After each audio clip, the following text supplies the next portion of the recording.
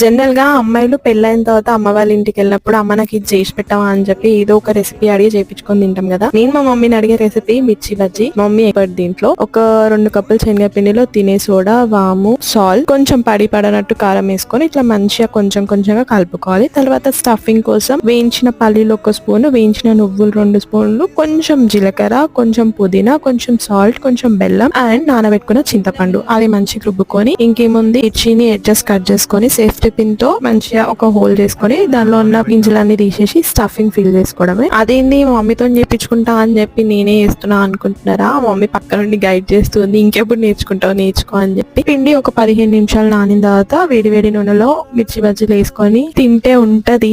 తర్వాత మసాలా కోసం black salt, కొంచెం ధనియాల పొడి 2 మిక్స్ చేసుకొని బజ్జీ కట్ చేసి మసాలా అండ్ ఆనియన్స్ పెట్టుకొని తింటే ఆహా. మమ్మీ వాళ్ళకి చిన్నప్పుడు హోటల్ ఉండేదంట, అట్లా మమ్మీ దీంట్లో ఎక్స్పర్ట్ అయింది.